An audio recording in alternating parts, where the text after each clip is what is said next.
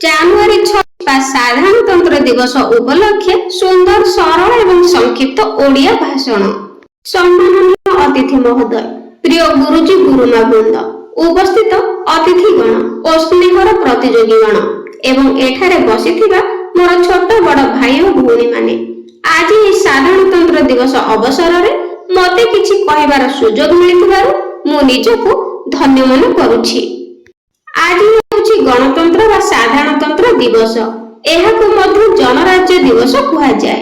ଏହି ଅବସରରେ ମୁଁ ଦେଶ ପ୍ରତି ନମ୍ର କୃତଜ୍ଞତା ଜ୍ଞାପନ କରୁଛି। ଗଣତନ୍ତ୍ର ଦିବସ ବିଷୟରେ କିଛି କହୁଥିବାରୁ ମୁଁ ନିଜକୁ ଗୌରବାନ୍ୱିତ ମନେ କରୁଛି।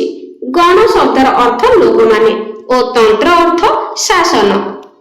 ଆମେ ସମସ୍ତେ ଜାଣିଛୁ ଆମ ଦେଶ 1947 ମସିହା ଅଗଷ୍ଟ ମାସ 15 ତାରିଖ ଦିନ ସ୍ୱାଧୀନ ହେଲା। କିନ୍ତୁ 1950 ଜାନୁଆରୀ 26 ତାରିଖ ପର୍ଯ୍ୟନ୍ତ ଆମ ଦେଶରେ ଇଂରେଜ ପ୍ରଦତ୍ତ ଆଇନ କାର୍ଯ୍ୟକାରୀ ହେଉଥିଲା। ଭାରତର ସ୍ୱତନ୍ତ୍ର ଆଇନ ଖସଡ଼ା ବା ସମ୍ବିଧାନ ସେତେଦିନ ଯାଏ ପ୍ରଣୀତ ହୋଇନଥିଲା। ସମସ୍ତେ ଅନୁଭବ କଲେ ଯେହେତୁ ଆମ ଦେଶ ସ୍ୱାଧୀନତା ହାସଲ କରିଛି, ଆମ ନିଜର ସମ୍ବିଧାନ ଅନୁସାରେ ଦେଶ ଶାସନ ହେବା ଉଚିତ। ଏଥିପାଇଁ ସମ୍ବିଧାନ ପ୍ରଣୟନ ସଂସ୍ଥା ପ୍ରତିଷ୍ଠିତ ହେଲା। ଏହାର ମୁଖ୍ୟ ଥିଲେ ଡକ୍ଟର ଆମ୍ବେଦକର। ସେ ଥିଲେ ଭାରତୀୟ ସମ୍ବିଧାନର ଜନକ। ଭାରତକୁ ଓ ଭାରତୀୟମାନଙ୍କୁ ଖାପ ଖୁଆଇଲା ଭଳି ଗୋଟିଏ ସମ୍ବିଧାନ ଖସଡ଼ା ତିଆରି କରି ଡକ୍ଟର ଆମ୍ବେଦକର ଆଧୁନିକ ଯୁଗର ସୁଯୋଗ୍ୟ ମନୁ ପାଲଟିଗଲେ।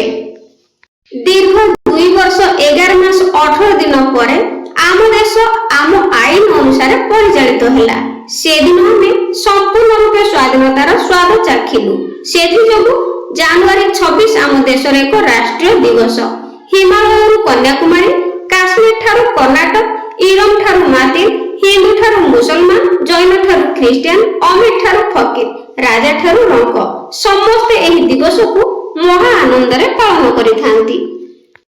ଆମ ଘରେ ଯେପରି କିଛି ପର୍ବ ହେଲେ ପିଠାପଣା ହୁଏ, ସାଧାରଣତନ୍ତ୍ର ଦିବସରେ ମଧ୍ୟ ସ୍ୱାଦିଷ୍ଟ ଖାଦ୍ୟ ତିଆରି ହୁଏ। ଦିଲ୍ଲୀର ଗେଟ୍ ଠାରେ, ରାଜଧାନୀ ଭୁବନେଶ୍ୱରର ରାଜରାସ୍ତାରେ ଜଳ, ସ୍ଥଳ, ବାୟୁସେନା, ଏନସିସି ଅଗ୍ନିଶମ ସେନାବାହିନୀ ପକ୍ଷରୁ ମାର୍ଚ୍ଚ ପାଷ୍ଟ କରାଯାଏ। ତ୍ରିରଙ୍ଗା ଝଣ୍ଡା ଉତ୍ତୋଳିତ ହେବା ପରେ ମୁଖ୍ୟ ଅତିଥି ଦେଶବାସୀ ତଥା ରାଜ୍ୟବାସୀଙ୍କୁ ମହତ୍ୱପୂର୍ଣ୍ଣ ବାର୍ତ୍ତା ପ୍ରଦାନ କରିଥାନ୍ତି।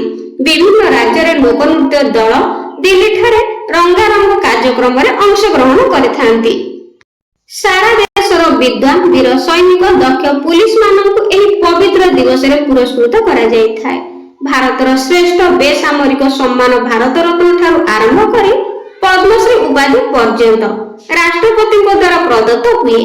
ଜନତା ଜନାର୍ଦ୍ଦନଙ୍କ ଉଦ୍ଦେଶ୍ୟରେ ଏହି ଉତ୍ସବ ହୋଇଥାଏ।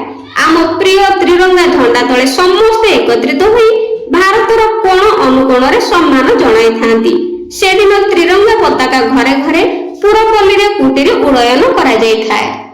130 କୋଟି ଭାରତୀୟ ଯେଉଁଦିନ ଏକ ମନ ଏକ ପ୍ରାଣ ହୋଇ ଭାରତର ଉନ୍ନତି ପାଇଁ ପ୍ରାଣପାତ କରିବାକୁ ଆଗେଇ ଆସିବେ, ସେହିଦିନ ଗଣତନ୍ତ୍ର ଦିବସ ପାଳନର ପ୍ରକୃତ ମୂଲ୍ୟାୟନ ହୋଇପାରିବ।